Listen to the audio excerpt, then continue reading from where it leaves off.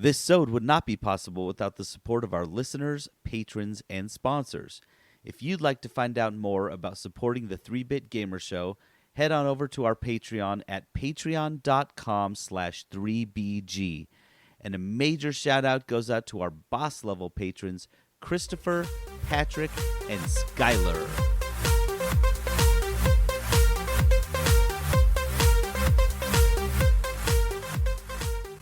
All right, guys, how's the sode looking this week?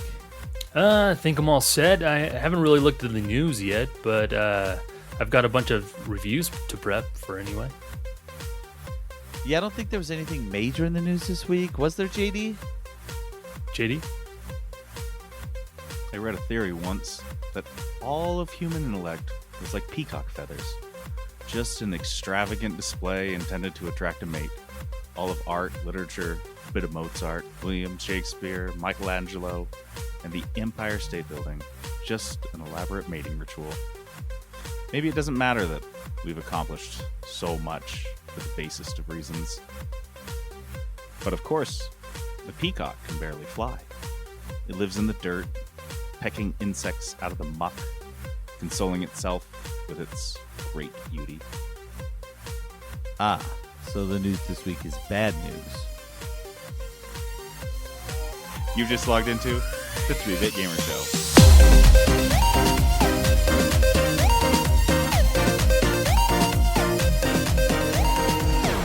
Welcome to the 3-Bit Gamer Show. I'm JD. This is Peterson. And Aaron. I'm a little bummed about the G4 thing, okay? It's a little heartbreaking. I'm still getting over it. All right. Gosh, I can tell. He's like, JD's planning, he's like, I'm going to do a monologue, and then he chose that. Ugh. Live from the 3-Bit Gamer Show. The news! All right, our news this week is brought to us by Crave Cookies. Crave! Go to cravecookies.com and you can see JD's favorite cookie is back! Oh, shoot. Which one? The Scotch cookie? Sometimes I'm just like, maybe Trent just feels like just giving me a good week. He's like, baiting you know what? you. JD might need a pick-me-up, and he puts the Scotch rookie on the menu. He's like, Guys, you know what? We're short about, I don't know, $50 worth of sales this week.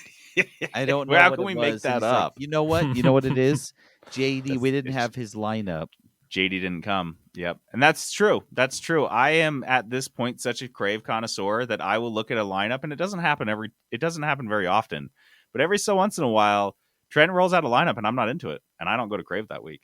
That's how much of a fan I am. That's how intense it is. So yeah, I have one close to, we have one close to us now, Aaron, and I've never had the Scotch rookie. Oh my God, you Me haven't? either. Still? No. Never. They also have the Cinnarol Pop Tart, which I think we actually mentioned last week. We mentioned it last week. We did, yeah. And we brought it into fruition. The Flintstone, the Brookie, and the Blueberry Sour Cream, which if you're like, what is that? Go to cravecookies.com, and you can answer that question for yourself. Or check out the millions of locations they have now. I know Trent just opened one last weekend, Saturday. So go to cravecookies.com and get your cookie on. Footage and the source code from GTA 6 has been leaked online and confirmed by Rockstar. This is pretty big. This is pretty crazy. This is about 90 videos confirmed of pre-alpha Grand Theft Auto 6 footage. GTA 6, which I'm not even sure. They've confirmed it's in development, but that may be the absolute most that they've done, right? Yeah, it has not been announced. We don't know anything about GTA 6. Dates. We may have gotten it in a leak. We may have gotten it confirmed. We did know that they were going back to Vice City for this. Maybe? I thought we knew that for sure. Yeah, I think so. But maybe, let's see. Anyway. Good luck finding old news on GTA 6 because this is everywhere. Because this is, talk about the worst way to get your game into out there. Yeah. It's a leak. It includes it was 3 gigs worth of like playtest and screenshots so that's like a Mhm. decent amount of content for Yeah. this, right? It's Yeah. not the game. Mhm. This is just video and things like that. Obviously, it's not in its final state, but this is not how you want your game to get out And this there. was a straight up hack of their servers. Yes, this wasn't like a yeah. Like like an a employee leak, like leak, someone yeah. dropped a USB at medieval times. This is legitimately like someone hacked the mainframe of Rockstar Games and down like when you hear, oh, someone hacked them. This is literally what happened to these guys. For Yeah, once, it actually happened. Finally, it's the thing that you think hacking is Yes, actually happened. So we got a confirmation from Schreier on Twitter. He said, I've confirmed with Rockstar sources that this weekend's massive GTA 6 leak is indeed real. The footage is early and unfinished, of course. This is one of the biggest leaks in video game history and a nightmare for Rockstar Games. He goes on to explain that this would probably is going to impact the employees at Rockstar Games and the leniency they may have gained over the last couple years, especially in work from home. As you can imagine, work from home is probably not going to be much of an option for a lot of employees at this point, unless they are very, very, very senior. And even then, Well, some now of the they're most gonna senior be employees are the worried. worst at data security, Yeah, I was info gonna say. security. So stupid. Don't even know how to open Internet Explorer, so I don't know if I trust those guys to work. No, the from problem home is they're either. still using Internet Explorer. That's the real issue. That's the only way it works. That's the only way the program opens. It's through Internet Explorer. I didn't build it that way. So yeah, this is like you Peterson literally said. did build it that way. You've been here forever. What do you do? I remember. I'm that old. I think that this is, I guess, interesting in that it tells us where GTA 6 is in terms of development. I think it's also nightmarish in terms of how much people will be poring over these and giving feedback. I'm sure we'll see tons of coverage as people pick these things apart and find. I mean, already they've sliced these things into individual frames and poured over them on Reddit. So I'm sure this will just kind of expand. You have to imagine this is such early footage, right? This is like because they haven't even like officially brought the game announcement to any sort of expo or anything like that. It's not out there, and so this has to be. They didn't even leak the they didn't even pull a Bethesda and just leak like the logo. No, they've got nothing, and that's an interesting point.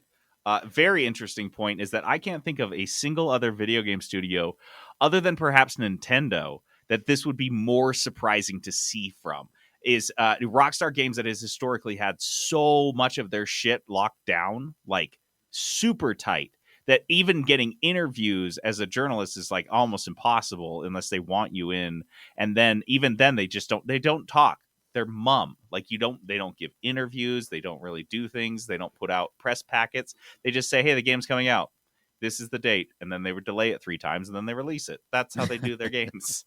So this is built crazy. into the cycle, and now the cycle has been broken. This is the broken cycle. We'll see what happens. Yeah. So this is I'm interested to see how they if they lean into this and utilize this to get kind of in front of it, because the other thing I don't is think they do. I think they ignore it.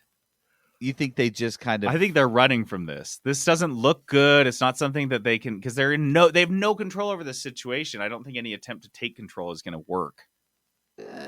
I think they could lean into it, but I don't know if they will. I think they'll mostly ignore it. I think another studio would lean into it. Rockstar does. That's not their like shtick. That's not what they do. Yeah. I don't know. We'll see. I mean, it's just going to be like an online joke. I think if I have to predict, that's the worst that's going to happen, because it's GTA 6. Like, whatever, people are still going to buy it and play it. Like, it's not ruined. People aren't going to be like, I am not playing GTA 6 now because of this leak. Right? Oh no, that's not a thing. So, like, they're talking online like, oh, this is worst case scenario, and I'm like, I don't think it is worst case scenario. Worst case scenario, is Tencent buys your company, and then China the says your game CCP can't come decides, that the China's game like, nope. cannot come out in its current state. No. You got to replace all the guns with smiling mumble bears. Hey, So, that is. There was one other point that I had to make, and I've forgotten it. So there you go. Ubisoft CEO isn't at all worried about the direction his company is going in, and thinks things are going really great. All right, Eve. I mean, at all? You don't have any concerns? Yeah, I guess he was talking, and they don't talk on they don't really speak about these things. But yeah, he was talking to Axios in an interview after I guess he was talking to some reporters just in general. And these are some quotes that he said. I quote, "I think we're in a very good company, and we had problems. We solved them, and our goal is to be again the best place." Oh, shoot. Dude, they solved them. They solved Guillermo it? is saying they've solved the problems. Wow. Well, good job, Eve. You guys nailed it. That's why they weren't commenting. They were heads down. They were busy. 2 years later, they came. They unfurled a banner, and it said "Mission accomplished." And they fucking wiped their hands, and they were done. Also, JD, listen, I looked it up because I think his name, everything online says his name is pronounced Guillemot. Guillemot? It's not Guillermo? It's not Guillermo. There's no R in it anywhere. Guillemot? Look at it. Yeah, he's right. Guillemot. Yves Guillemot. Or is it Guillermo? Well, he's French, so it might be Guillermo or something like that. Yeah, I'm not French. But everything online says Guillemot. Anyway, sorry, I had to give that quick aside. Yeah, he's definitely not Portuguese. Or you've been Brazil. saying Guillermo like he's Spanish. Like this guy's from Guatemala. Or Guatemala. How many of our listeners have been listening to me do this for like 4 years and never said anything? Guys, you have to say something. Yeah, especially you French speakers. There's got to be someone out there. What the fuck are you guys doing? You said it when I was saying Thanos wrong, but you don't correct me on Guillemot? That's such a funny name. Guillemot. Anyways, I had to say something. Yeah. He's getting a blursty this year. For his name? Worst name? Worst name, dude. I think you're getting the blursty for pronouncing it wrong for so many years. But you know what? It's gonna say Guillermo on that blursty, not JD. That's what it's gonna fucking say. He also said, this is super funny, quote, "The company was running and there were things that were done, and then there was a new young generation coming into the company with different needs, and we had to adapt. I think we didn't adapt fast enough to what people expected and needed." So he basically was saying, back in the day, everything was back in the day. Sexual harassment. Yes. And now these new snowflakes come in and they hate it. Yes. They Make hate Ubisoft great again. That's what this guy's wanting. Got his fucking... It's hard to adapt. Old habits die hard. Okay? Dude. What am I supposed to not send nudes of my coworkers to my other coworkers? And now we have all these new liberals coming in, bucking these trends. They don't want to get squeezed on the bottom. They don't want their faces farted in. So we just didn't adapt to that fast enough. Us old timers, it's hard to understand that people don't set like that. In our ways. That's the reading between the lines, like. So if any of y'all were holding your breath for Ubisoft to get better, Mr. Guillemot, that can't be right. That can't be right. It's not Guillermo. I know that. I know it's not Guillermo. Where did I get that? Because you just breezed over it. And you were Wish.com version of Yves Guillemot. Guillemot, goddamn. EA has announced a new hunting game set in feudal Japan.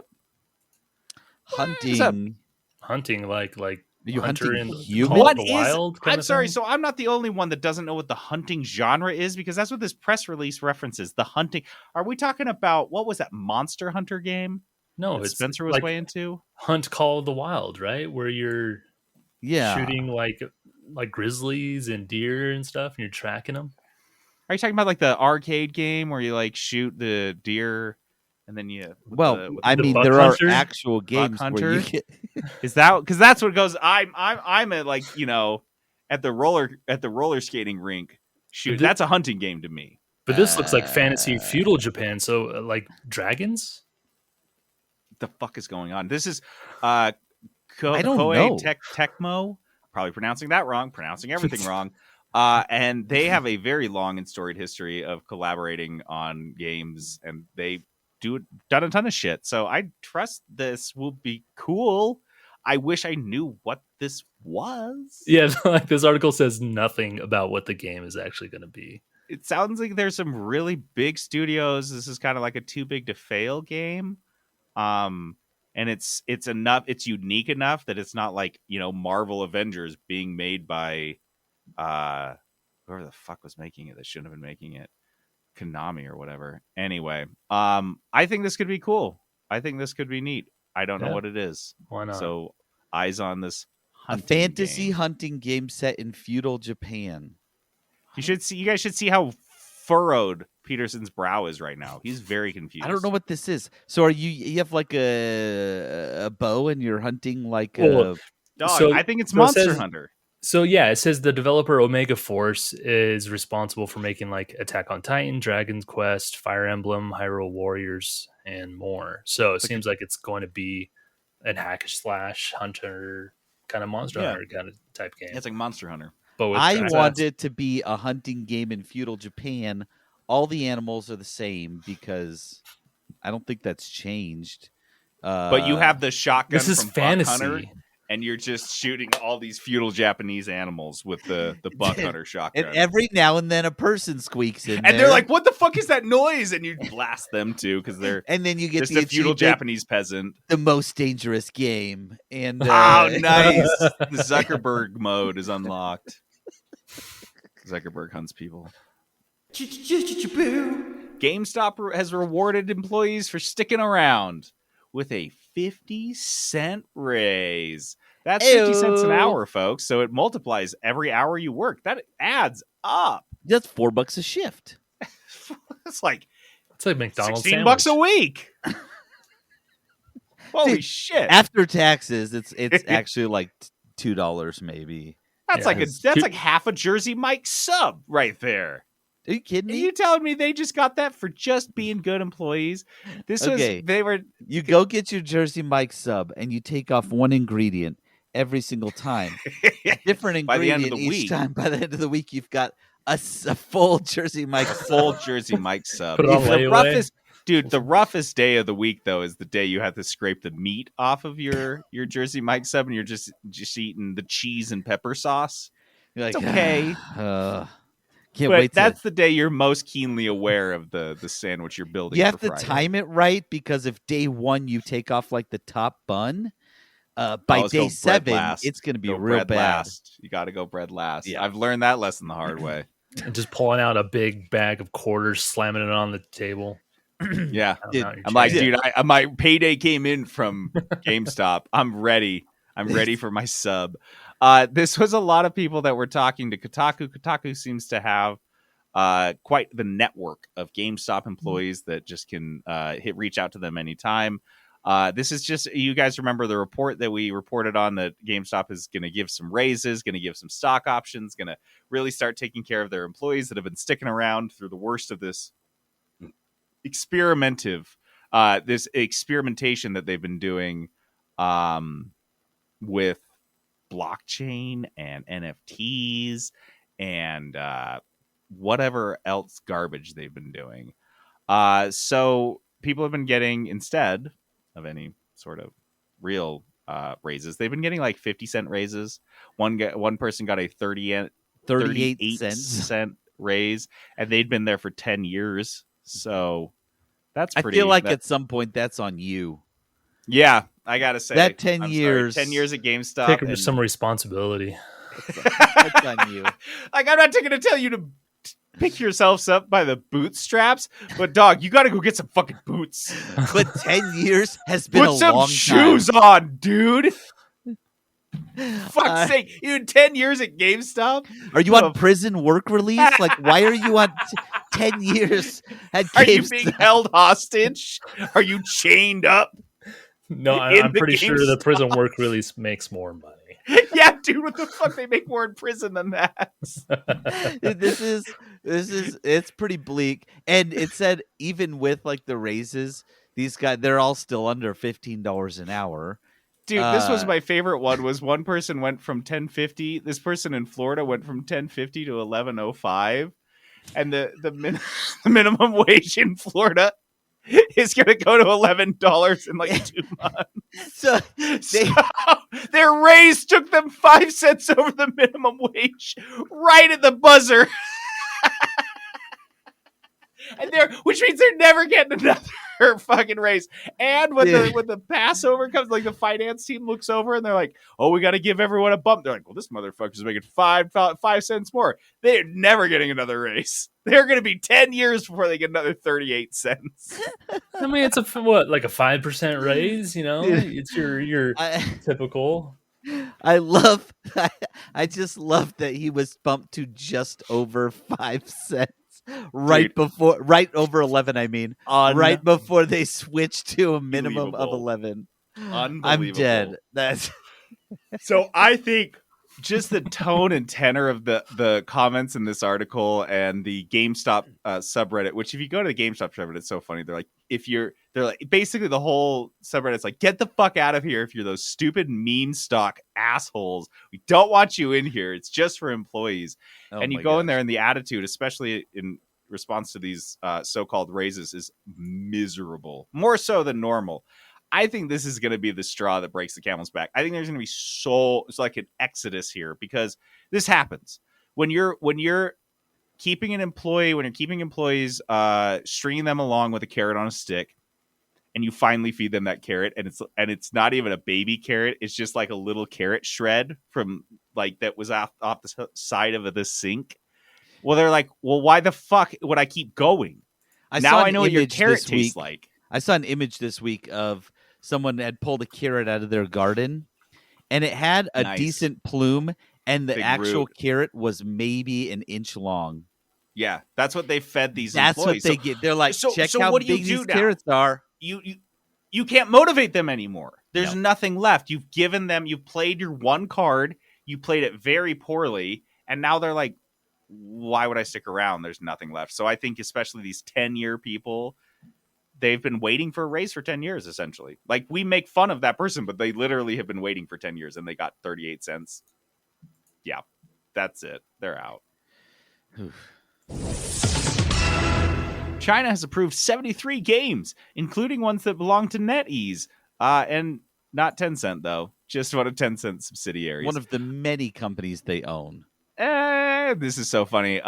China, I think Tencent's in their is on their naughty list. I think they're trying to just level the playing field, almost like a parody of communism. Like, people like make a straw man of how communism works. It seems like what they're doing. They're like trying to make Tencent make enough money, less money until they're like at the same level of NetEase. So they're like pushing Tencent down. Tencent got no games approved. Nanjing Wing, I'm not even going to say, a subsidiary of Tencent Holdings, they received a license for an educational game that was called Health Protection War. Why is that? What? That sounds terrible. Can we not? Can we Health put that on a Protection Blursty? War? Health Protection War? The fuck is that? But but for the most part, the only big tech company in China that was getting like really benefiting from this was NetEase. Their stock price went up like 4% on news of these approvals. So it's really like they're trying to like level every company and make them all controllable. Man, that's crazy. That is crazy. That is so wild. I seriously do think that there is something deeper going on, like with China and Tencent. I think China, because Tencent, guys, I don't know if you know this, they're the biggest gaming company in the world. They're the biggest company in the world. They're in China. They're the biggest company in fucking China. All of China. I think the CCP does not like that. Because Tencent went on I don't know if you've seen this, went on like a buying spree. They bought like 8 companies one year. The next year they bought like 23. The next year they bought over 100. Like they were just like buying everything. And so, yeah, I think the CCP does not like the amount of quote unquote power that Tencent has. Dude, because this feels purposeful at this point, right? Like it feels like it's absolutely purposeful. It's absolutely intended, and I think it's intended to send a message, just like kidnapping Jack Ma was. It was like, dude, you can be as rich as you want, but money does not equate power in China. It just we're in control still. Yes, and they absolutely are. It's weird. Square Enix has an insane release schedule in the coming months. If you know what a JRPG is.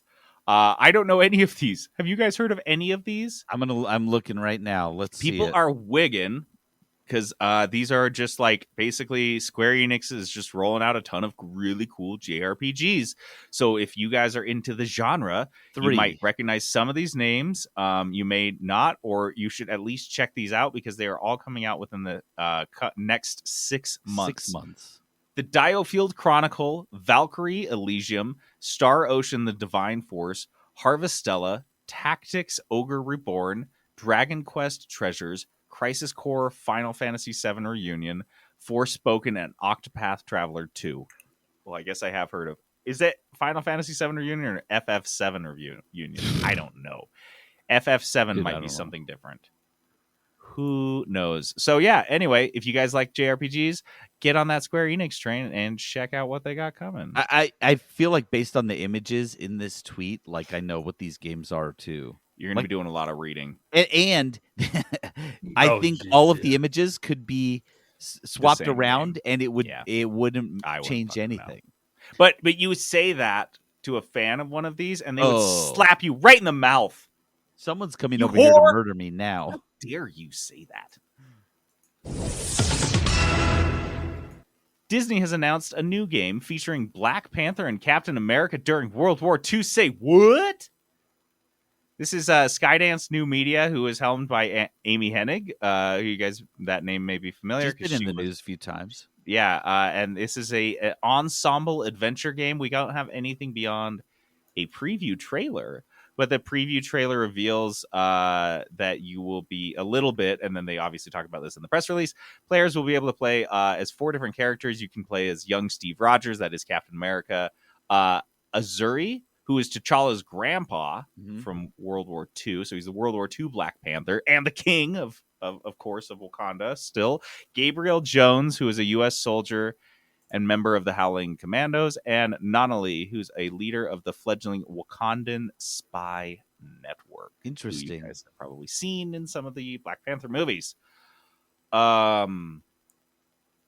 It honestly sounds like it could be. So this feels like the type of direction you'd want them to go.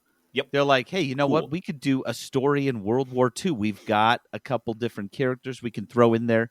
They're not overpowered characters in terms of like technology and stuff. They're just bruisers going to punch stuff. I mean, T'Challa or Wakandans are pretty overpowered in terms of tech knowledge. I think even World War II. Yeah, but Black Panther, I think they just go in. You know, he's mostly a punching guy. He's not shooting stuff. Yeah, he's just clawing his way in there. That's what I'm saying. For a video game, that's great in World War II. Throw a shield. You know, doing Black Panther jumps and dives, and I think this is a good direction. It's a cool setting. Yeah, for sure. So I was only familiar with one other superhero who had fought with, in the canon of the comic books at least, who'd fought with Captain America during World War II, and that was, do you guys know this? Mm-mm. Wolverine. Oh, sure. Yeah. Yeah, see, and that was super fucking tight. Both of them jumping out of planes without parachutes, that type of shit, chomping on cigars. Because if you guys remember or don't know, Wolverine is Canadian. He was the whole point was a Canadian superhero. That's why they made him. He's a Wolverine, which is an animal that's generally native to Canada. So did you just co-opt Wolverine and throw him into California? Wow. I mean, you can find them in California. In fact, we had a Wolverine here in Utah earlier this year. It was the sickest fucking shit ever to follow. Those things are terrifying. Yeah. So I thought that was cool. I always thought that was cool when I was a kid, knowing that they like fought together in World War II. I have never heard this. Does make sense. Yeah. It was a world war, but if there was, and I don't know if it's established, but if this is a net new kind of approach, so cool. So tight. Because it's all established, like these characters and their ages and like the timeline of it totally makes sense. That's what I'm saying. The timeline matches up. Yeah, totally fits. Just like I think that's what they did with Wolverine. Is they're like, oh, he was alive back then, same time as Captain America. Yeah, so squish them together, and he'll be like the Canadian. Hopefully. Guy. They release like a DLC or something, and then you got a old school Wolverine in there. Oh my god! Because he'd have bone claws. By the way, he'd have his bone claws still. Yeah. And all of his old, and that's the thing is, contemporary Wolverine and Logan that you guys know, he's lost all those memories. He's lost like 100+ years of memories. Yeah. So he's basically a different fucking person in World War II because he has his whole life that he remembers as a human. It doesn't start like. He forgets when he gets the adamantium bones, right? Yeah, and at that point, and he has flashbacks and he has people that he talks to and he recovers some memories, but he never. I mean, you're never the same person if you have like a hard cutoff in your brain where your memory stops. Yep. So I think it could be really cool. NBC has started layoffs at G4 TV because time is just a big shitty circle. They're at it again. They're doing it. It happened again. Away with it. Can't keep getting away with it. Did they bring this back just to lay people off again? Fucking kills me, dude. It's the exact same way too. It's the same company, NBC Universal. It's the same way they're doing it. HR is going person to person, and no one saw this coming. Really, the staff thought there was more financial runway. So it's all confirmed by a senior reporter. I'm going to have to ask you to go ahead and move your stuff that's to your car. That's how I'm picturing this going down. And this same guy's like, not again. This cannot be happening to me again. This cannot be happening, dude. This is almost. I told my wife it would be different this time. Almost 2 months would make this 8 years to the month because November 2014 was when the last time they shut down G4, and it was a very sad scene. I think that's kind of what they're going here. I think we all knew that G4 TV is a weird space to kind of come back in 8 years later, where YouTube's filled that gap and Twitch certainly has. But they did have, to my knowledge, a cable channel, and that's not something that was like necessarily being serviced by YouTube. So I think this sucks. I think it's lame that they didn't even get like 2 years of a shot at this from NBC Universal.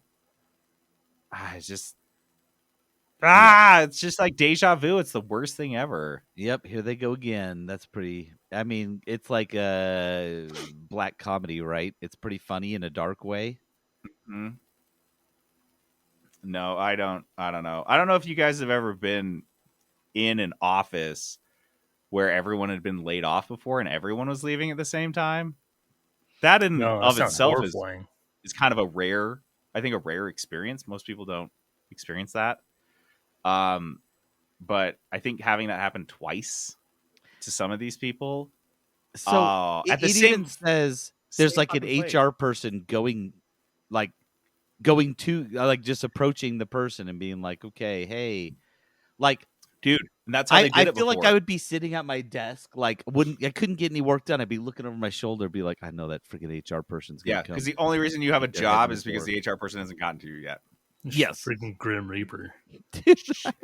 That's the worst job. As an HR person, that's my nightmare. If someone asked me to do that, I'd be like, no, No, I can't do that. That's awful. I'm not. You're the guy in Saving Private Ryan, like just going through the whole fucking office. That's rough. Like, yes, you have to have a therapist after that. Yeah. There's a new Zelda game on the horizon, so charge up your Switch or dust it off in the case of so many people. They released a teaser trailer. There's not a ton in it, other than it looks like a lot of this game will be set in the sky. It is called Tears of the Kingdom. Did we confirm it's Tears? No, it's Tears. Oh, it's a street. Actually, you know what's funny? Because that was my first thought. I saw the name, and I was like, oh, is it Tears or Tears? And I guess everyone online had the same thing. It was like this big debate. They confirmed it's Tears of the Kingdom. Why would it be Tears? Why? Because that's something that I would say on the podcast for 4 years and no one correct me, so I just look like a jackass. Yeah, I'm still mad at all of you. What are you guys doing? Guillermo, what have you knew better? You thought the French guy's last name was Guillermo. Come on, guys. I'm not even taking any responsibility for this. After a certain point, it's your fault. Classic. I bet you hate it when us old timers grab your butt at work too. That's your fault, whippersnappers. You millennials, you can't ever take responsibility for. Just toughen up. The Microsoft Activision acquisition is expected to face deeper investigations in Brussels. You just wanted to say that again. This is fucking awesome. I didn't even write it this way. It just happened. The Activision acquisition. Because that's the headline. It says Microsoft Activision acquisition. That's what their headline is. I didn't write that. You influenced it somehow. I'm just enjoying it. There's not a ton to this story, actually. Not a lot of meat to it. We already reported on half of it, which is that they are going to face. Remember when I was like, when the UK is like, whatever. What the fuck was it? Some institution in the UK was like, hey, you got 5 days to come up with a reason why. CMA, I believe, was the name of it. They were like, you got literally say anything, and I wouldn't remember. 5 days to come up with a reason that we shouldn't investigate you further.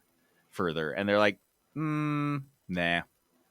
They're just like, I bet we couldn't come up with anything that you'd accept, so fuck off. And they're like, oh, okay, well, then here it comes. The Competition and Markets Authority. That's what it is. So it's basically just like an institution that's designed to look into this exact kind of thing. Yeah.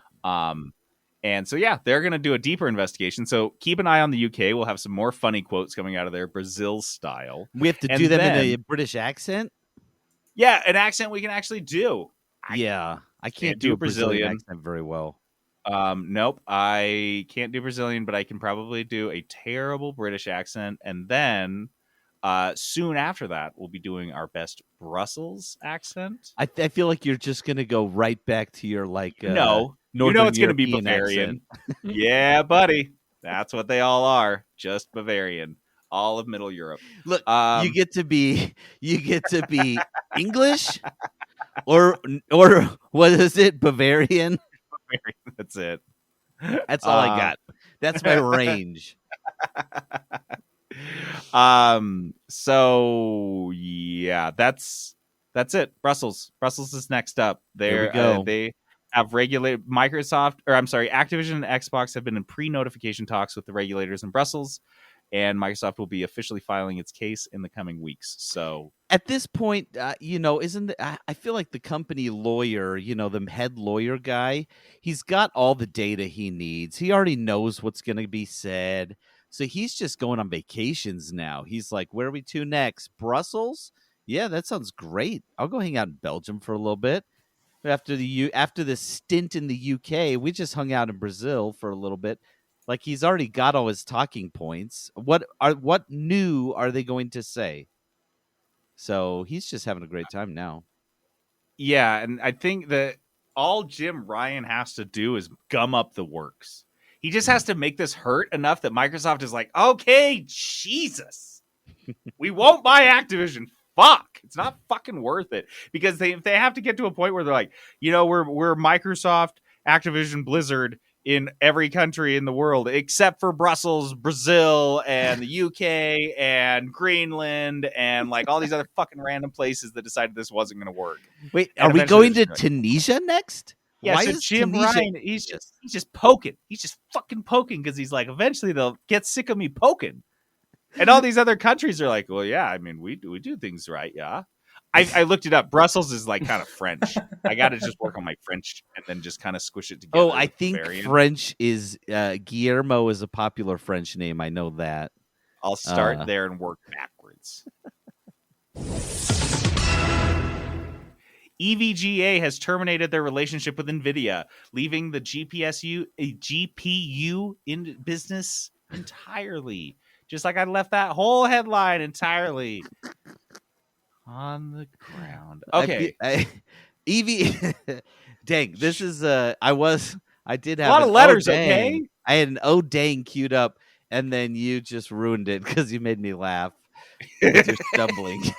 Do you want to try again? We'll just do it fresh. Yeah, go ahead. EVGA has terminated its relationship with NVIDIA, leaving the GPA.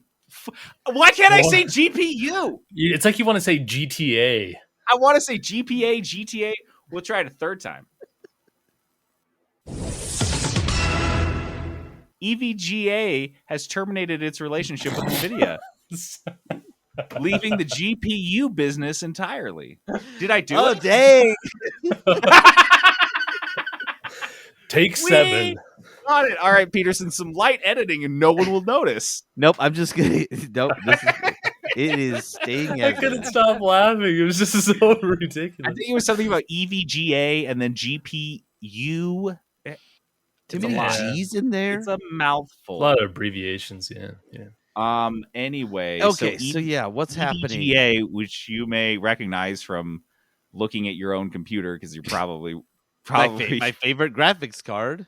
It seems like they were everywhere, right? Like EVGA made a ton of different GPU models. Well, they make GPUs. I think like half of graphics cards are EVGA cards. Yeah, like the good ones. That was like my top. All the good ones was it was EVGA. either like MSI or EVGA were the go-to for me. It's not like a small side gig biz, right? They're like, this was their whole thing. In fact, this was 80% of their revenue stream was GPUs. And they're just getting out of it because the CEO, he was talking to a YouTuber. He did like this in-depth interview. And he was just like, fuck NVIDIA. I hate them so bad. I hate working with them so bad. It's ruining my life.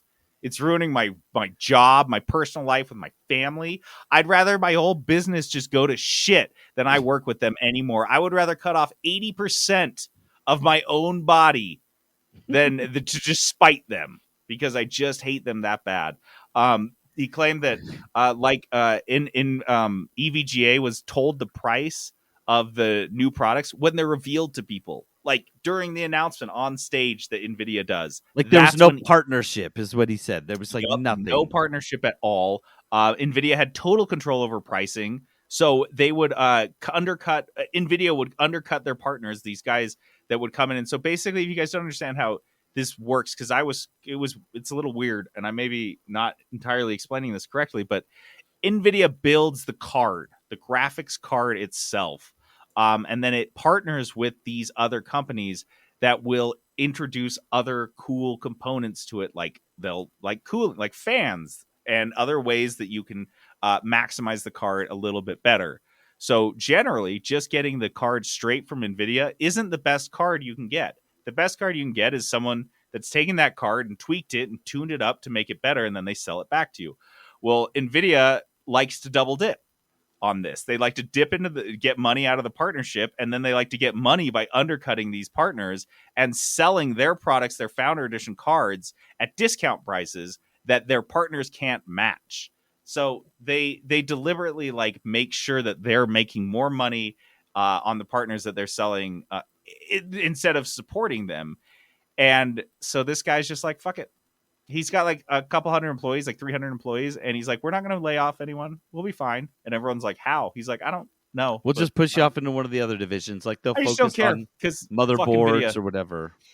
Dude, But that's why the main reason he does not have a business case for this at all. He's like, he's over here. He's like, I'm so fed up with NVIDIA. Yes. Don't even mention them anymore. Are you kidding? He's like over here, like grinding his teeth. He's running his hands through his hair constantly. He hates NVIDIA. That's all I can imagine.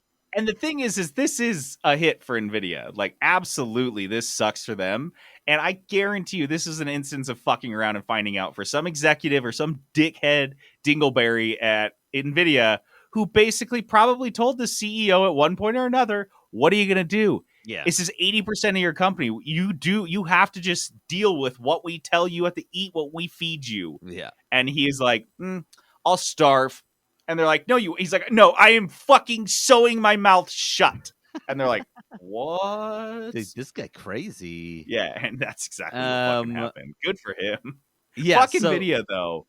So this is like, this is, I think it's a power move. I think it's a move to be like, I'm not putting up with your garbage. I don't like it because, again, I love EVGA graphics cards. That's been my go-to. But yeah, what do? You know what I mean? And I feel just a quick note on those Founders Edition cards, right? I feel like those are for people who don't know any better. Because I feel like you don't buy that card. You don't buy the NVIDIA version of the card because it is so bare bones. Mm-hmm. Like the other stuff makes the card much more usable, right? It just makes it better in several different ways. So, I don't know. Well, at one point, like the Founders Edition cards were pretty sought after. They were completely sold out because they only sell them for. Well, they were selling them only for like a limited time. Once they were sold out, and as soon as they would go back into stock, they would sell out immediately. Even though there's other cards available. Yeah. So I don't know what the Founders Edition really offered, other than like you said, just kind of a bare bones. But like, there's no like amped up features to it. Is essentially what it is. Yeah. There's nothing special about it. So yeah, you can get one. Yeah, and you can get them for pretty cheap, especially if you were doing crypto mining with them. There's a great card for it. But if you're doing hardcore gaming and stuff, I don't feel like that's not the card you want. But yeah, they were cheaper, and that was the appeal, right? Anyway, this is crazy. I went and looked at the stock price, thinking NVIDIA's stock price would have taken a hit on the release of this story. I am 90% sure this YouTube video went up and this story dropped after the markets closed on Friday. And there was already this stock price already took a pretty substantial hit that dropped from 145 on the 13th. So that was Tuesday, down to 127 on Friday. So I think the whole stock market just kind of tanked, right? But I think I think the market's open on Monday with this, and this news is hit that they're one of their biggest partners that's selling their cards. Out entirely. That's going to be a fun Monday. Time to short some NVIDIA stocks, folks.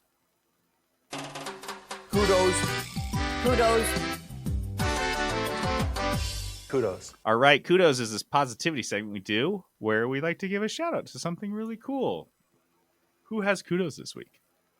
I've got two, and I'm gonna do them pretty quick. I got Tudos. One is a Fudos, so love it. All sorts of wordplay happening. Okay, the first one, Habit Burger. If you haven't been, you got to go. They have a great burger. So good. So good. But they have. I went last time. My son, for his birthday, wanted to go. He loves Habit Burger, and he loves burgers, and he's just obsessed with that place. But I was not in the mood for a greasy burger at all. And so they had this limited time basil pesto chicken sandwich. And I was like, I'll get that. Guys, it was incredible. And I split it with my wife because I wasn't that hungry either. I was just taking him because he wanted to go, right? I wasn't that hungry. So I split it with my wife, and I was like, I want this whole sandwich. The sauce, the basil pesto sauce on this chicken sandwich was incredible. Wow. It was. I took one bite and I was like, "Oh my gosh, this is so good!" And I made Graham take a bite, and then I was like, hey, "Everyone needs to try this." It was awesome. You're selling me on this. I was like, it's a chicken sandwich. But no, I'm like, I I'm can gonna just try see this sauce. Peterson going to table, cutting up little samples, You just guys handing try them this? out. You guys try this? Just take a bite, just right here, just bite take a right bite. straight from Come the on. thing, and it's on. It's on toasted like bread, so it's not on a bun. Guys, it's very, very good. I like that. I'm Dude, serious. Here's a hot take. Is Habit Burger a less controversial In-N-Out burger? Probably. I mean, there's always like hot and cold on In-N-Out. Some people are like, oh, fuck that. Fuck their fries, or I have the problem with this, that, or the other.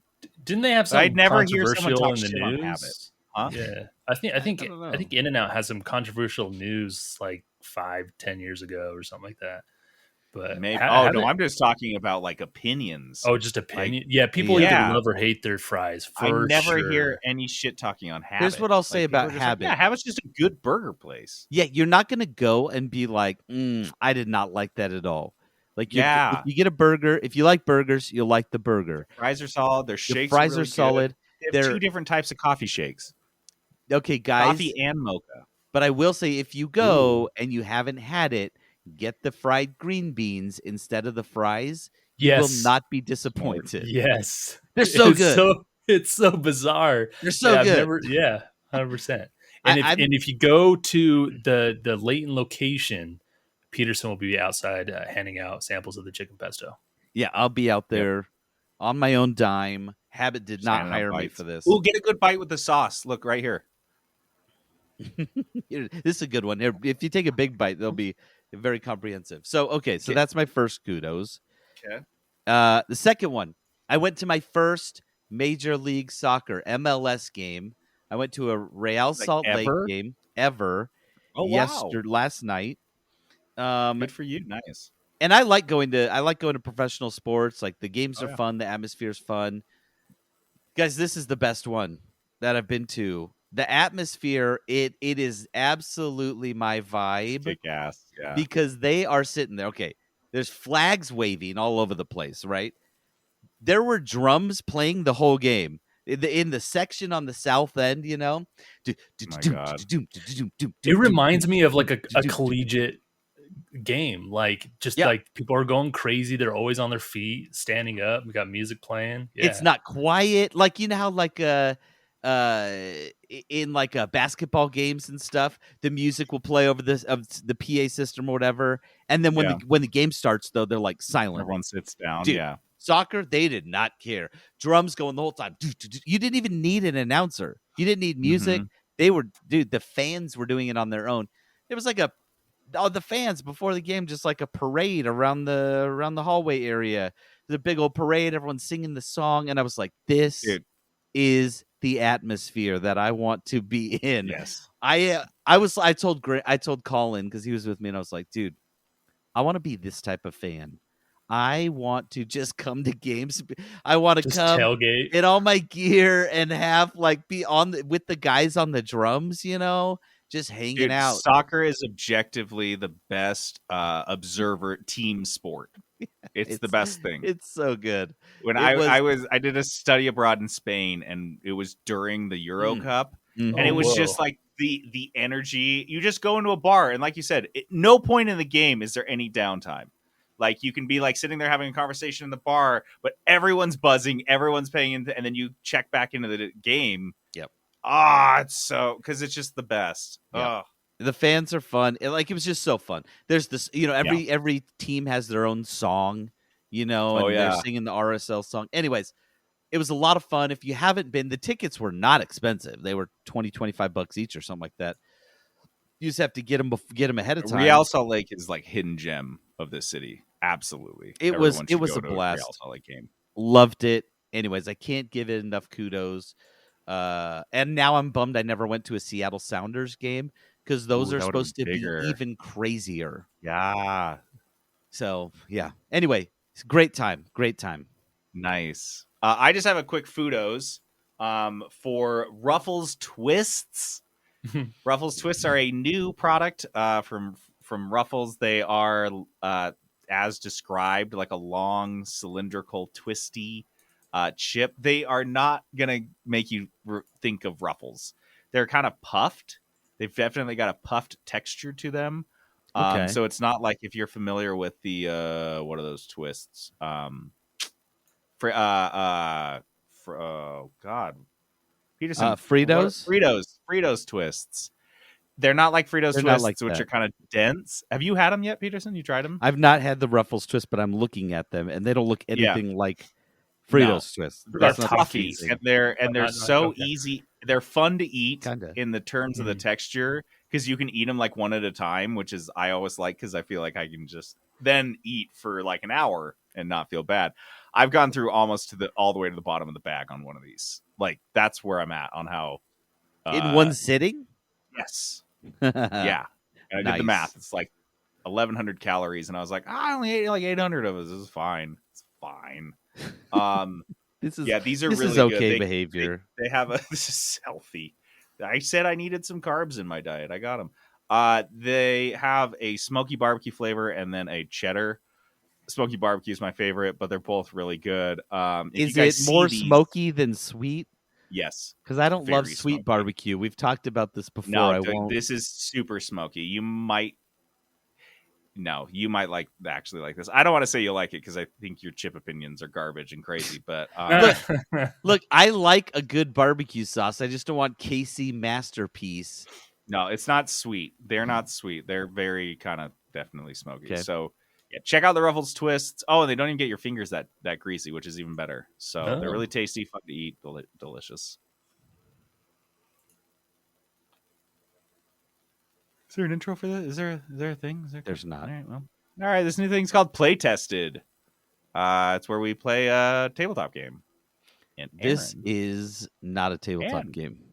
This is a video game. Well, you just do it. This is why we have intros for things. What is Playtested?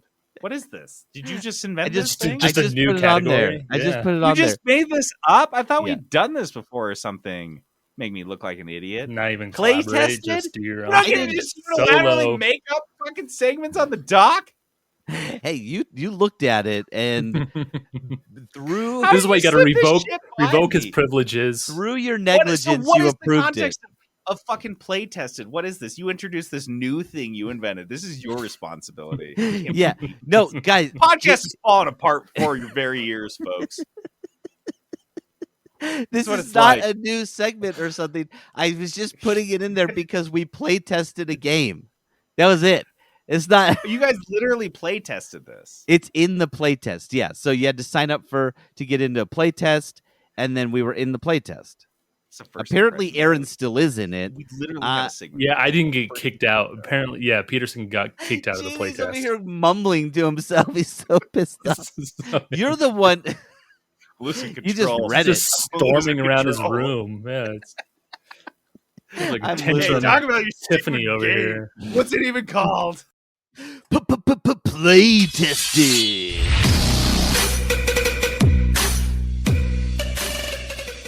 This is not approved by JD. Playtested is this brand new segment where we playtest a game and then we talk about the playtest of that game. Okay, now I'm back on board because that was a pretty good description. That was really good. I like very that. accurate. Also, the naming convention is pretty on point. Yeah. Anyway, so we played. Of course, I signed up for it. There's all sorts of games with playtests out there, but of course, this one was on my radar because it's Brando Sando, the Sandalorian. He's involved with Moonbreaker. And this is the new game by let's see, it was him and who else is I don't even know. The company Unknown Worlds Entertainment. So they're the guys who did Subnautica. So yeah, they've got their new game that is testable. It's called Moonbreaker. So this is a turn-based strategy game, I would say pretty standard in terms of its turn-based action. You know, your characters have movement or action points type of thing, but it looks like a tabletop game, because the other like shtick, I will say, of this game is that you're using miniatures. So they're all miniatures. They have a base. It's a and it's a character, and it you can paint the miniatures in the game. So I don't know about you, Aaron. Did you have a chance to go in and mess around with the miniature painting portion of it? Yeah. For whatever reason, they had like, oh, you can earn 100 of this in-game currency that doesn't really exist yet if you go in and do the painting. So I tested out the painting, kind of see what it's all about. It is in depth. Like the whole painting thing is super crazy. Like you have a base, you can airbrush it.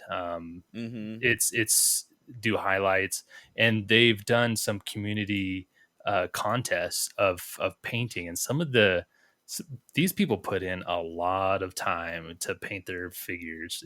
I started painting one, and after about 10-15 minutes, I was like, not even halfway done, and I was like, all right, well, I'm gonna stop. Holy shit. Like, it's just like how paint, well can you like see them Microsoft Paint, in-game? you just kind of like scrub it. It looks like worth that it? in game. Yeah. Yes, No, it looks like your 100%. painted character in the No, game. no. Like when you actually put that character in the game, is it so zoomed out that you couldn't even No. see all the details? You can put zoom in, you can zoom in, zoom out. Yeah, no, that's and pretty it's cool. all it's your color scheme and all that. It actually worked pretty well. Well, and the cool thing, when you're in game, you can actually pick up one of the figures and rotate it just to kind of look at the paint and look at the action, the pose. It's super weird. They definitely like, and I feel like this was why Brandon Sanderson was involved, because he loves miniatures and that's that whole world. But yeah, they definitely are leaning into that aspect of it. They want you to feel like this is your miniature that you have created and painted. And it also is I'd say it was pretty okay. The actual painting was user friendly. Like you could hold down the shift key and only paint, move your mouse around and only paint the things on that like surface. So you could easily paint a whole section without like painting everything else on accident. So yeah, I don't know. I thought it was well done. My biggest complaint was there was a huge lack of UI in the painting. It was like it explained one time in the tutorial, this is what these brushes are used for. I mean, I'm not a painter. They mean nothing. There's like 6 different types of brushes. So when I get into the painter, I'm like, what was this one again? I don't know. I don't remember what this was. What's the difference? So that was my biggest complaint. And I'm sure that'll get updated, because that seems like such an easy update. How much of this game is painting? I feel like we spent a lot of that's it. Yeah. I was like, I think this game is not this a painting game. Everyone that's listening to this that doesn't know what this game is thinks it's Brandon Sanderson and you paint minifigs. That is the impression you've given us. So I feel like the only other game that really incorporated this was like the Warhammer games for actually painting, making the characters your own. So I think it's pretty unique. And that's what makes it unique, because the other part of it is like I said, a grid based. Well, it's more like a distance based. Yeah. It's distance based, tactical, turn based game where you have characters with they all have different move sets, and you can use those in concert with each other. Like the character who has the pull, so you can pull your own character, so he's closer, so you can do attack. They have melee attacks and ranged attacks. There's cover. So actually, I did like this aspect. I love those types of games. I liked some of the things they did in terms of like when you clicked on a guy to attack, it would from a distance, it would show the percentage of them being hit.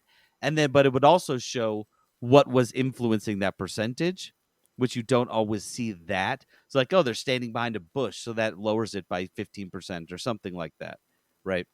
So, Aaron, you sound like you got to play a little bit more of it than I did, because it locked me out after one play.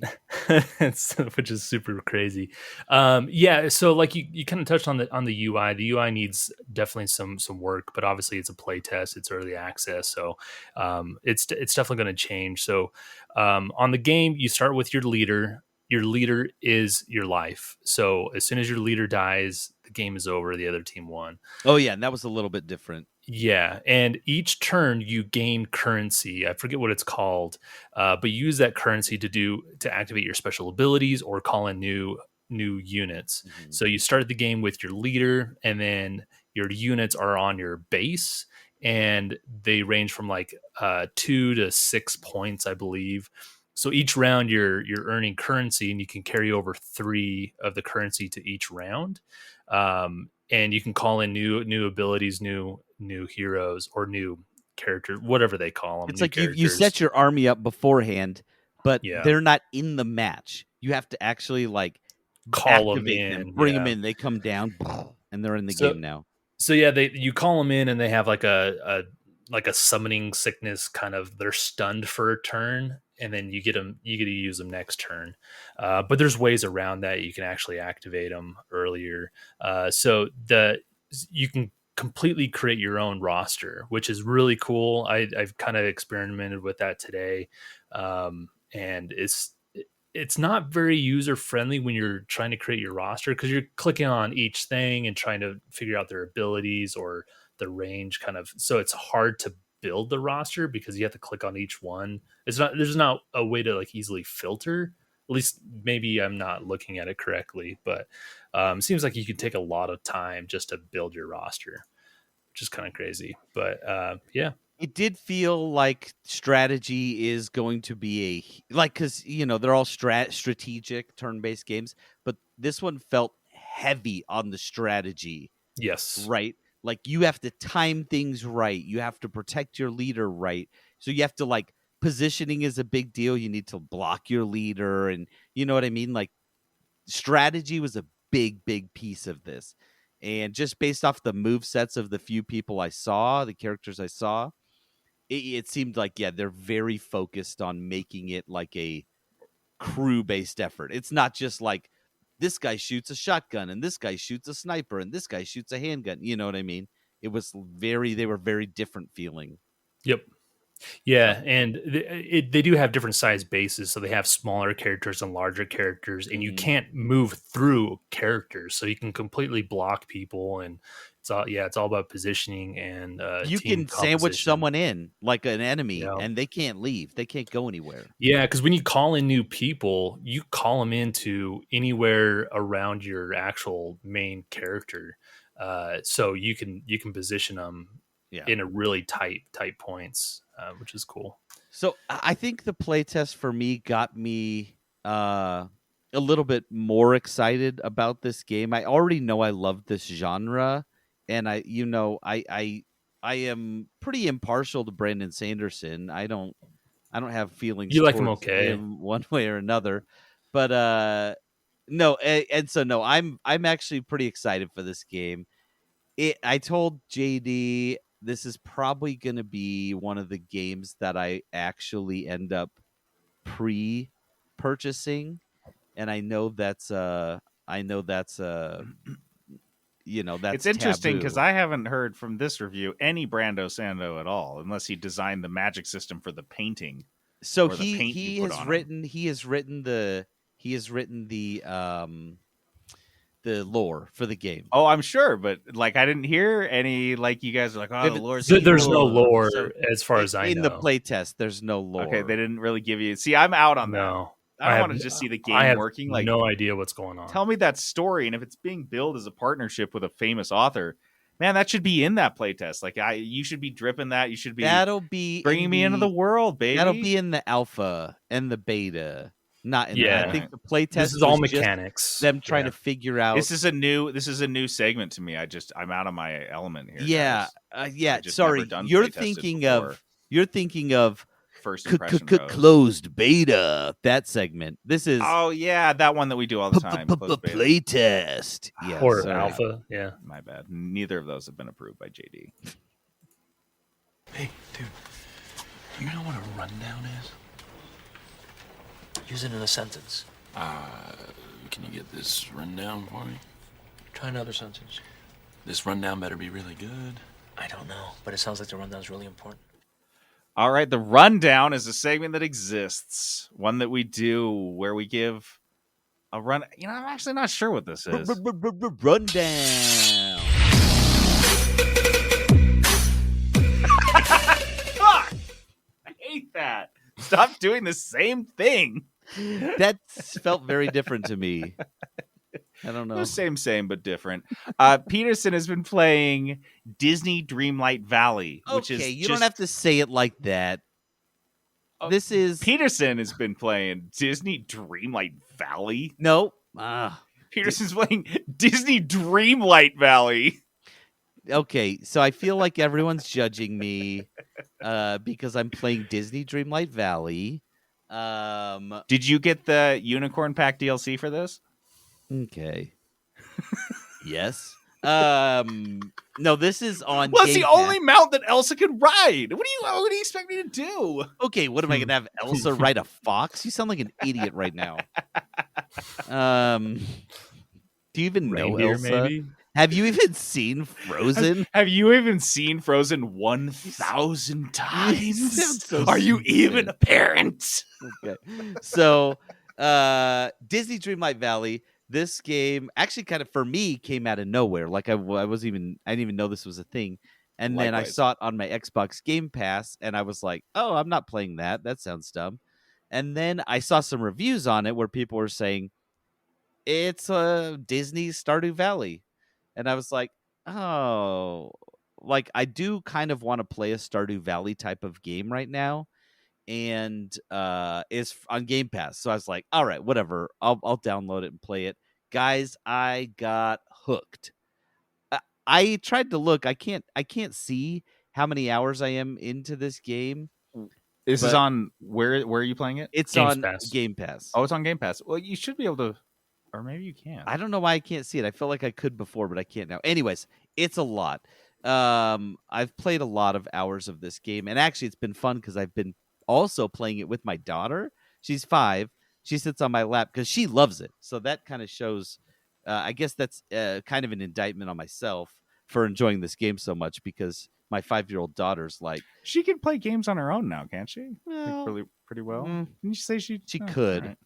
She doesn't. But it's more fun to sit on Dad's lap and Oh, tell and him like, what to Dad, do. go get Elsa. Let's go talk to Yeah. Anna. Because you're So, way better than her at games. Here's right what now, this is. You start out as just a character, whatever, some random, and you show up into the valley, which is called Dreamlight Valley.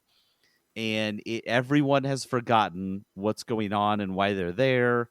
Merlin greets you, and he's like, all these crazy evil thorn bushes showed up everywhere, and none of us can remember anything. So can you help us? And of course, you're magical, so you start to remove the thorn bushes, and that's kind of how you start your introduction. In the village, it's like Merlin, Mickey, and Scrooge and Goofy. That's it when you start. And they're like, hey, go do this quest for me. So this is a very relationship focused version of Stardew Valley. It's third person view too. So that's you are staring at your character. You're doing Did you said third person, right? third person, yeah. So you're behind your person, and you're just building the city. You're building the village. You can decorate it. You have a house which you can design and decorate, and you're unlocking new types of decorations and furniture and clothing options, like tons of clothes. I will say, tell me who your character is. Do you select like a Disney character and you're no, just that person? no, the whole you just time? build a character and you're you. And I Okay. start, and you can change it at any point. Yeah. At any point. So I started off as a guy character. I'll say the clothes options are not As robust for guys. it's most of them don't look good on the guy characters either. I'll say it's like high fitting jeans with a tucked in t-shirt type of thing, and you're like, Nope. and no belt too, and you're like, okay, I look stupid. What about suspenders? Can you get suspenders? I haven't Goofy? unlocked any suspenders yet. I'm You sure guys are there just describing the crowd at Home Depot at 7:30 in the morning. That's yeah, what you're describing exactly. right now. So I switched to a female character, and honestly, it's much more fun because there's way more clothing options. Oh yeah. And Million they're dresses. way more interesting. In Yeah. fact, we made one today where I had my daughter rolling dice on each option. So I have a pretty wacky looking character right now. Beautiful. But it's fun, and you get to switch whenever you want. Doesn't matter. They don't care. And so you do that, and then you go through the game unlocking new areas. So there's all sorts of there's so many things you get. There's like fruits and vegetables because there's a whole cooking mechanic where you unlock Remy from Ratatouille, the rat. Yeah. And so you do all this cooking with him, and you learn. Oh, Guys, there are like so many recipes. I'm talking like at least 100. Is Remy the best chef in Disney lore? I think he is. Yeah, for sure. Oh, Who are for some sure. other good chefs in the Disney pantheon. Yeah, I don't know. Anyway. I always thought the food in Sword of the Stone looked pretty good at the castle. Yeah, that's kind of I was like trying to think of some obscure ones. Well, where they you just have served up a feast. Oh no, the Grinch. No, the chef in Little Mermaid. Yeah, Le There Poisson. you Le go. Poisson. That guy.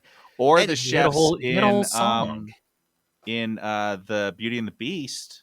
Oh yeah. And those people have just been cooking like It's kind of crazy. slave Where they labor. got years. food Yeah, from. it's kind of Anyway, they should so have a Disney labor cook-off. strike. a Disney multiverse cook-off. game. So, anyways, it's a lot of fun. There's tons of collecting of stuff that you do. You go around and you can unlock new areas of the village as you go. There's even villains there, like Ursula is one of the early characters you unlock, and she's of course diabolical. So here's the character list: Merlin, Mickey, Scrooge, Goofy, which I mentioned, Ursula, Kristoff from Frozen, Donald, Mother Gothel from Tangled, the evil Okay. mom, Oh, Minnie, Moana and Maui, Remy, Wally, and Anna and Elsa. Those are all the characters in the game currently. They've got a big roster that they are planning on revealing in the future.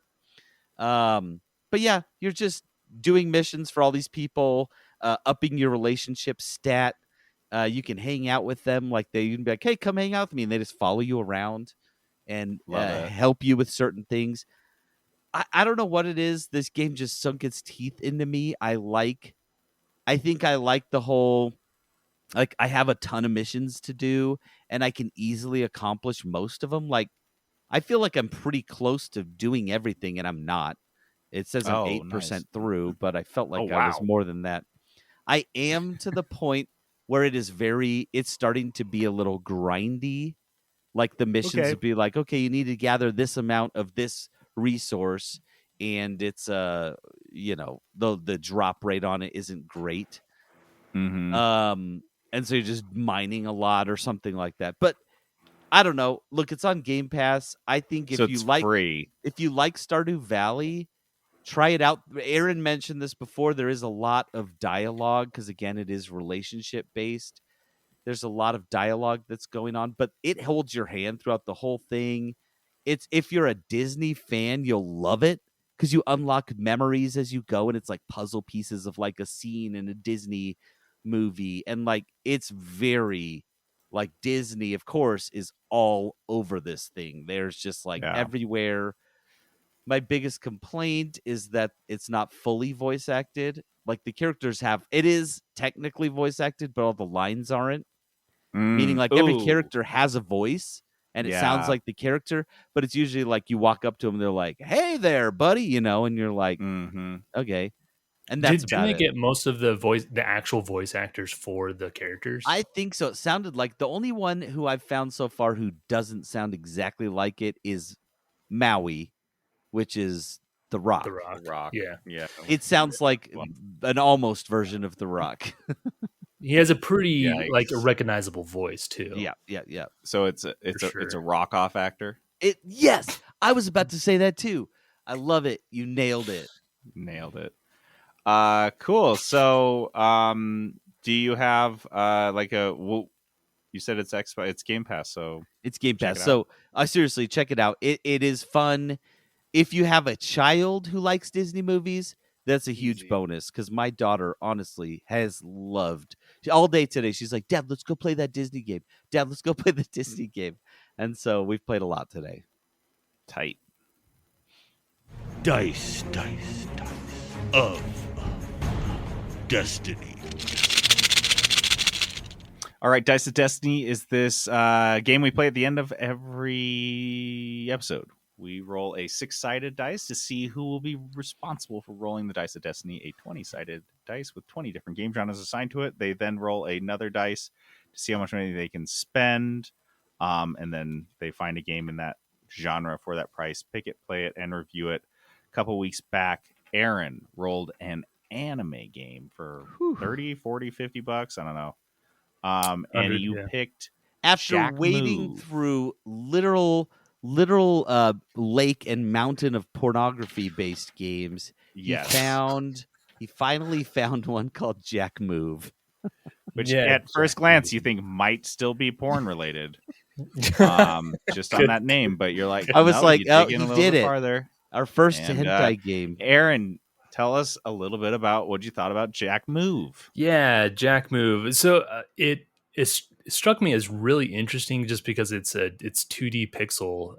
I had to get the clearance from Peterson. He said yes, that is okay. I will accept this as an anime game.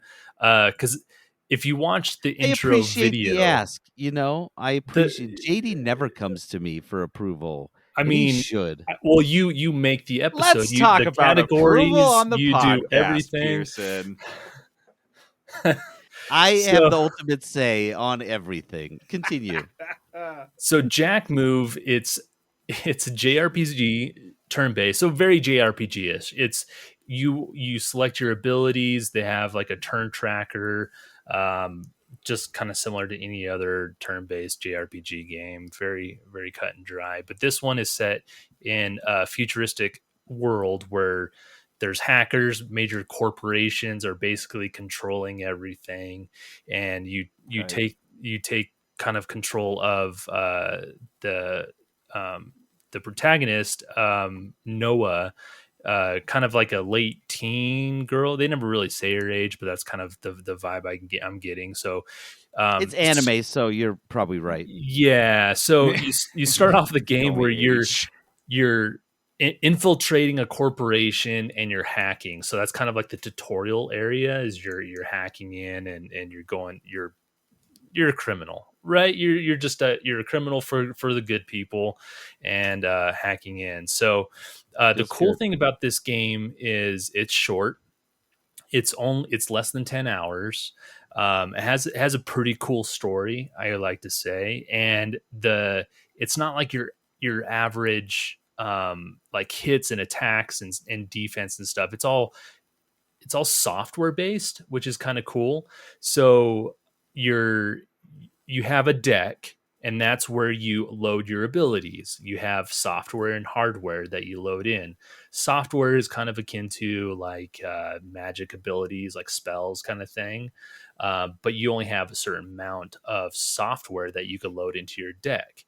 So you load your deck with RAM. And so each software or spell has so much RAM, or it has an amount of RAM that's like used. So right now I have like 13 RAM slots.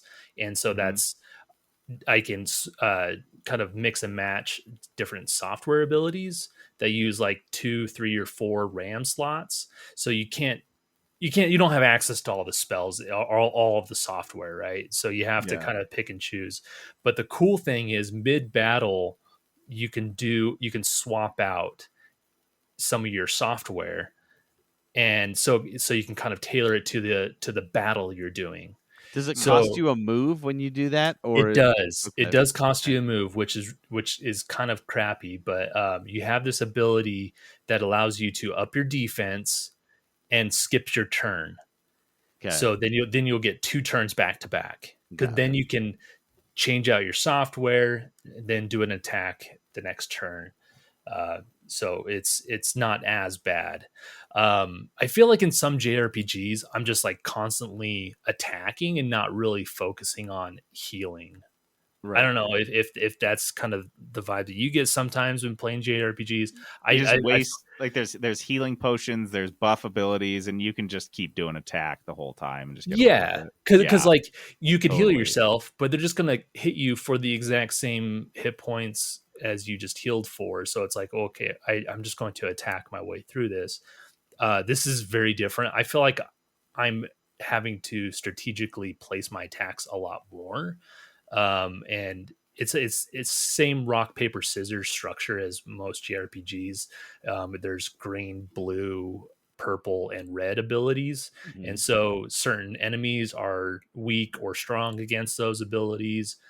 So that's why swapping out your software to have specific attacks to those abilities really matter a lot. The boss battles are super hard and really satisfying once you actually get through it.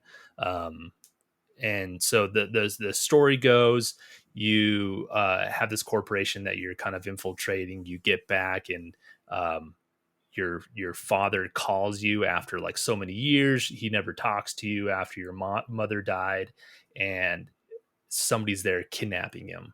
And so the whole thing is you're trying to figure out what happened to your dad, why the corporation has targeted him in the first place. So it's a little bit of mystery. You can talk to a lot of people on the map. It's a very linear map. It's not open world. It kind of looks open world, but it's very linear on the direction you're going, because it's a short game. They don't you're not meant to wander wherever.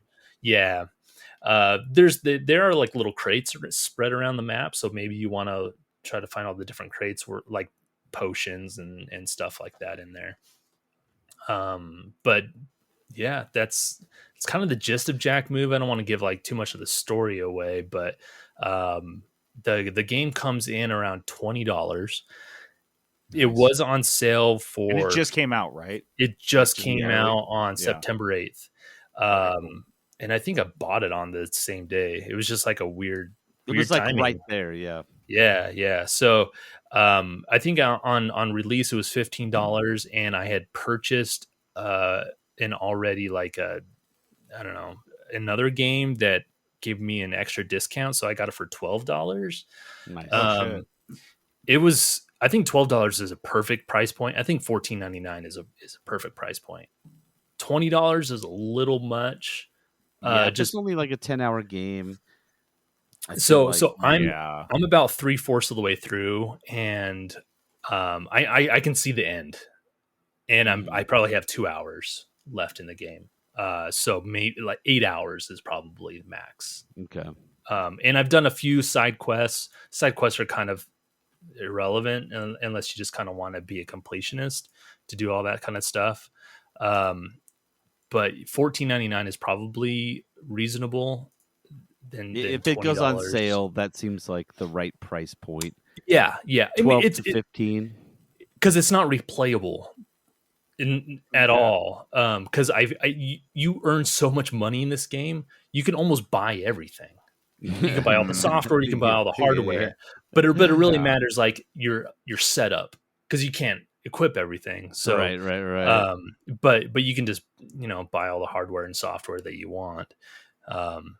Not a ton of variety, but yeah, it's a solid game. I definitely give it a look once it goes on sale for $15. So easy buy. Wait for a sale on this one. Wait for a sale. Cool.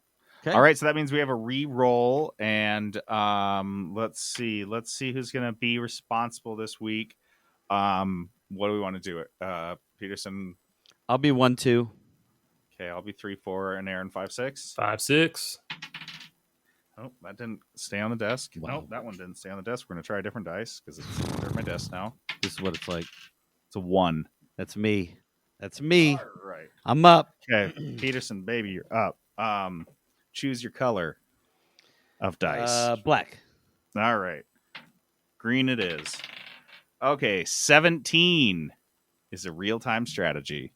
Ew. So real-time strategy is off. It's been a little while since I've played one of these. On the board. I know that's going to be super Did you say fun. racing is on the board? Racing is on the board. I don't think we've done a racing in a long while.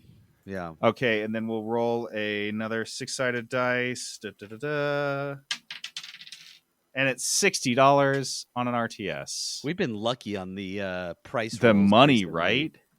Dude, that has been the biggest problem, I think, when we've had like major issues. Is when you're on the cheap side. Hey, it's not the genre; it's the price. It's keeping things interesting. Yeah, that's what really helps. So, yeah, and what else is going to get Aaron to play an anime game? Come on, that's right. So True great. that. Okay, so next week, Peterson will have his pick for us for his $60 real-time strategy game. Okay, that's it. We did it. We did the whole podcast. We did a whole thing.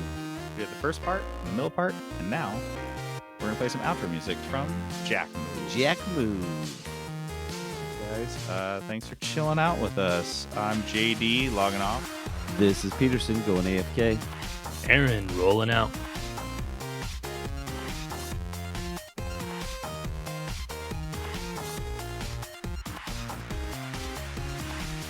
Disclaimer, this music is not from Jack Move. The video with the music was deleted between recording and editing. So this is just a random chiptune that I thought was cool.